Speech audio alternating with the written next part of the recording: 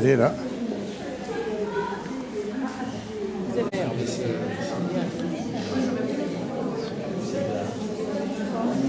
Ici, vous êtes dans la Cité internationale de la tapisserie. C'est un tout nouveau musée qui vient d'être inauguré le 10 juillet dernier. Donc c'est tout récent ce que vous avez ici. Donc le musée en quoi il consiste, c'est sur 2 niveaux. C'est-à-dire qu'ici on va commencer au premier étage. Pourquoi? Parce qu'on va s'intéresser à la technique. Là-bas on va récapituler un peu toutes les étapes et tous les métiers qui participent à la réalisation d'une tapisserie. Parce que c'est un peu un art collectif. Il y a différentes personnes, il n'y a pas que le lissier qui travaille. Alors vous savez ce que c'est qu'un lissier maintenant ou... Non. Ouais, parfait. Et ensuite donc on va voir là un petit peu l'espace tissage et derrière vous on va voir plutôt les créations contemporaines, ce qu'on fait aujourd'hui. Mais d'abord on va aller dans les tapisseries du monde qui sont juste derrière moi. Un petit récapitulatif, en Europe au XIIe, XIIIe siècle, ça commence à être le début des seigneuries. Et on commence à avoir différentes architectures comme des châteaux et des églises en pierre. Donc ces tapisseries-là, vous l'aurez bien compris, ce sont des éléments architecturaux. Elles vont penser à un mur, à s'insérer dans une architecture, ok? Donc elles vont se positionner sur les murs de pierre, or elles sont essentiellement composées de laine ou de soie. Donc ça va servir d'isolant en effet pour conserver la chaleur. D'autant plus que vous voyez c'est très coloré, même si aujourd'hui les couleurs ont un peu des teintes. Il faut vous imaginer que par rapport aux murs de pierre, ça a amélioré considérablement le bien-être et le confort dans les habitats. D'accord? Et on va y raconter des histoires. Ici notamment vous avez une scène d'embarquement et de bataille. D'accord? Et voilà, une scène d'embarquement et de bataille. Et une la richesse. Dites-vous que c'est très compliqué de tisser une tapisserie. Et plus vous en avez chez vous, et bien plus ça montre votre importance. En général, pour réaliser une tapisserie, il faut avoir d'abord la création, la créativité. Donc la personne qui va apporter la créativité sera l'artiste. Voilà, le peintre en quelque sorte. Donc on va d'abord avoir besoin d'un artiste qui va réaliser une petite peinture de ce que sera la tapisserie plus tard. Avant le carton, c'est donc la maquette. Donc là, vous avez une petite exemple de maquette. Ici, vous voyez, qui est toute petite. Et alors là, ce que je vous dis, encore une fois, c'est des techniques du Moyen-Âge, on ne les a pas inventées récemment. On va faire un agrandissement de cette maquette avec un agrandissement au carreau. Et on l'agrandit sur un papier cartonné qui servira de modèle et qui s'appelle le carton, que vous savez. Donc là, c'est le cartonnier qui va réaliser ceci. Donc le carton, il sert à quoi? Vous le savez maintenant. À tisser dessus. Donc il doit être à échelle 1, de la même taille que la tapisserie, parce que sinon il y aurait un problème. Donc ici c'est une peinture, peut-être que vous avez retenu de quelle peinture il s'agit. C'est pas une peinture comme à l'aquarelle ou à l'huile, c'est une peinture à la gouache. Et c'est une peinture qui va parler le langage de la laine. Donc ici par exemple on va utiliser des couleurs qu'on va réutiliser avec nos stocks de laine. Et les laines ne se mélangent pas forcément comme de la peinture. Donc il faut penser à notre petit stock. Donc on va répéter les couleurs un peu en aplat, ici et là. D'accord? Une dernière chose, je parlais, la tapisserie, c'est l'entrelacement de 2 fils. Les fils de chaîne et les fils de trame. Or vous voyez, les fils de trame s'entrelacent toujours de façon perpendiculaire avec les fils de chaîne. Donc ici, sur le carton, on retrouve la trace de ces fils. Et là, vous voyez, il y a des battages. Ça sert, les petites rayures, à faire les transitions de couleurs. Donc là, ce sont les fils colorés. Et si les fils de trame sont dans ce sens, ça veut dire que les fils de chaîne sont dans l'autre sens, mais cachés. Et alors ça, c'est intéressant à deviner pour chaque tapisserie parce que ça vous permet de voir le sens de tissage. Parce qu'on va toujours tisser dans le sens des fils de chaîne et non des fils de trame. Donc si les fils de chaîne sont comme ceci, ça veut dire que votre tapisserie, vous l'avez faite de gauche à droite et non de bas en haut. Là, on a eu l'artiste, le cartonnier, et puis on a le teinturier. Alors le teinturier, c'est celui qui va teindre vos laines dans des bains. Et alors c'est rigolo parce que quand on doit reproduire une tapisserie, on vous a sûrement dit qu'il fallait avoir le carton et puis après un échantillon, voilà, de chaque laine qui s'appelle le chapelet. Exactement. Donc ici par exemple pour cet oiseau il faut 27 couleurs, dites-vous qu'il faudra 27 couleurs différentes. Alors ça c'est important pour reproduire une tapisserie comme on vous l'a dit, parce qu'il suffit de représenter l'échantillon au teinturier et il vous refait la laine à l'œil. Comme ça c'est bien. C'est que depuis 2009, on a sauvegardé le savoir-faire de la tapisserie. C'est pas le tapisserie en tant qu'objet qui est sauvegardé à l'UNESCO, c'est le savoir-faire. Donc c'est pour ça qu'il est classé au patrimoine culturel immatériel de l'UNESCO depuis 2009. Il était temps. Donc en 2009, on a sauvegardé le savoir-faire et depuis les années 2010, avec la création de la nouvelle formation, On lance aussi ce qu'on appelle des appels à projets. C'est-à-dire que tous les ans, on a des artistes du monde entier qui proposent leurs créations. Les meilleurs ont des prix, premier, deuxième, troisième, etc. Et ils ont le droit d'être tissés par des lissiers locaux. Voici un métier de bassiste. Donc le métier de bassiste, c'est un métier horizontal. Vous voyez ici, le fil de chaîne est déjà monté, d'accord? Il est prêt au tissage. Mais évidemment, avant que je tisse, mon fil de chaîne n'est pas fait. Il faut tout faire soi-même. Donc là, vous avez 2 rouleaux. Et c'est autour du rouleau le plus lointain qu'on va enrouler le fil de chaîne en fonction de la longueur de la tapisserie. Vous allez voir pourquoi c'est utile. Donc on l'enroule et on vient tendre à la main selon une même tension. Ici, chaque petit brin qu'on va finir en nœud, on va bien le tendre et on va venir tout égaliser pour que tout soit parfait, comme des cordes de harpe ou autre. Il faut que ce soit parfaitement égal. Si c'est mal monté, dites-vous que vous pouvez recommencer parce que vous allez mal tisser. Et ça peut prendre plusieurs jours, comme plusieurs semaines. Donc la filature Terrade, par exemple, leur laine vient essentiellement de Nouvelle-Zélande aujourd'hui, mais on essaie une réimplantation locale, mais c'est un peu plus compliqué. Donc quand il reçoit ces laines, il va en faire des teintures. Aujourd'hui, elles sont chimiques. Autrefois, elles étaient végétales à partir des plantes. Cependant, on va toujours faire les teintures de la même façon à partir de la trichrométrie, c'est-à-dire à partir des 3 couleurs primaires.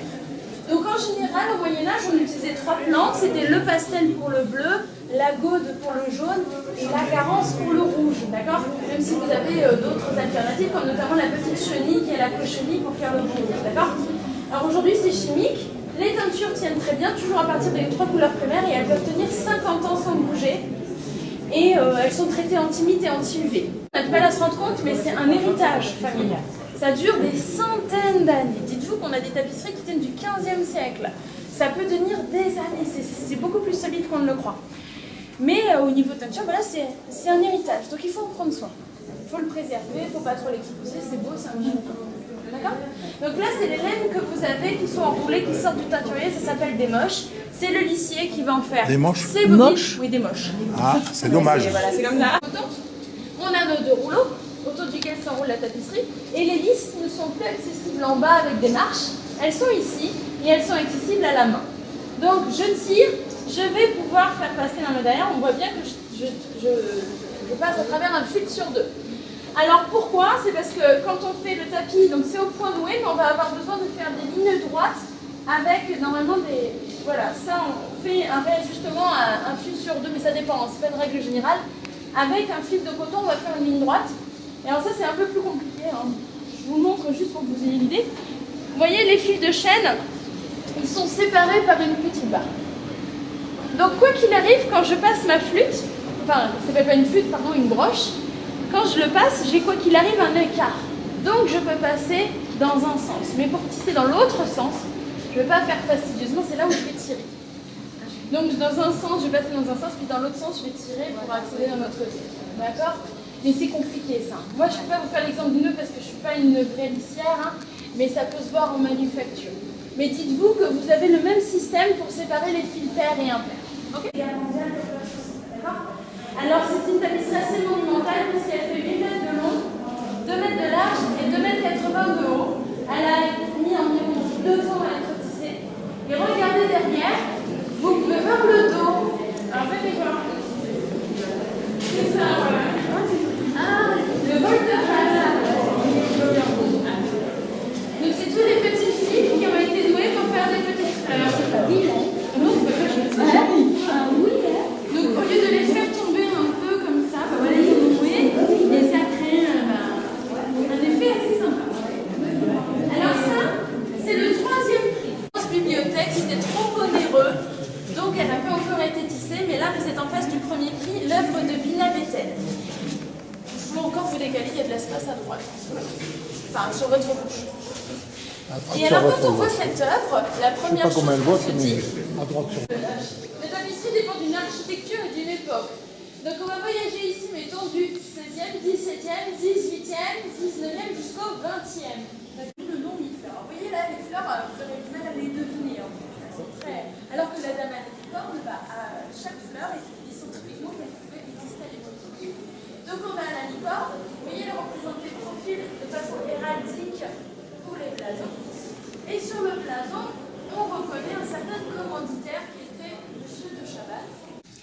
Alors, tous les artistes que vous avez là, ils sont particuliers parce qu'ils font partie du mouvement dont je vous ai parlé, des artistes peintres cartonniers qui vont réaliser leur propre carton, dont le précurseur est Jean Lurçat. Mais vous avez déjà compris tout ça. Voilà, je vais faire encore si donc vous savez. Ça, c'est le dernier carton de feuille qu'a réalisé Jean Lurçat. Donc, il l'a réalisé en 1939. Et les lissiers des Mille et une nuances qui ont tissé l'ouvrage, eh ben, ils se sont permis de le modifier. Donc d'inverser les éclairages des feuilles, allonger certaines barrières ou alors changer certaines couleurs. Ça ne va pas plaire à Jean Lurçat comme vous l'avez vu. Il va donc déchirer l'œuvre, il ne sera pas du tout content. Il va revenir avec les cartons numérotés qu'il n'aura pas créés, mais il va les généraliser. Et vous avez compris que les cartons numérotés, eh ben, un numéro va empêcher l'interprétation. Le lissier va se retrouver juste simple exécutant et ça ne va pas forcément plaire, ça va casser l'école des lissiers en deux. D'accord ? Cependant, Jean Lurçat va apporter une grosse production à Aubusson, notamment à la manufacture Tabar à l'interral. Et il va entraîner avec lui plein d'autres artistes peintres cartonniers, comme notamment Lucien Couteau ici, qui vous voyez va faire un art plutôt imaginaire, plus dans la féerie, d'accord ? Et si vous vous retournez, vous allez avoir Marc Saint-Saëns, qui lui va être un artiste plutôt engagé. On est en 1943, et là, Marc Saint-Saëns montre clairement sa volonté, comme il était résistant, de combattre les occupants nazis du territoire. Okay. Vous pouvez juste voir au niveau des couleurs, vous voyez, on essaye de se détacher de la peinture, et on ne va pas hésiter à confronter les aplats ensemble. C'est ce qui va permettre de faire la force en tapisserie, c'est ces confrontations de couleurs en aplats qui vont faire jaillir les effets. Ça va ? Alors ici, vous avez Do Robert. Donc je ne sais pas si vous avez déjà entendu parler de lui, mais c'est peut-être la deuxième personnalité la plus connue après Jean Lurçat. Donc Do Robert, c'était un moine à l'origine, et il va rencontrer son chemin avec la tapisserie en écoutant sa petite voix intérieure. C'est un peu bête comme réflexion, mais lui, tout était divin, et il faut écouter ses bons signes. Donc il a suivi son chemin vers la tapisserie, il est tombé un peu dedans comme ça. Il ne jugeait que par la nature, donc il a représenté beaucoup de chèvres, de papillons ou de chevaux. Et alors ici, il a représenté des petites chèvres, mais le décor est un peu particulier. Vous voyez, il va aller à la traque des formes. Pour les arbres, pas besoin de représenter l'écorce ou autre, juste la forme des feuilles sert à reconnaître l'espèce de l'arbre. Okay ? Et sauf que vous voyez ici, eh ben, on comprend tout, avec la réduction de couleurs et un maximum d'effets. Comme je vous ai dit, on ressent toutes les nuances de l'automne. On est d'accord ? Or, regardez les feuilles.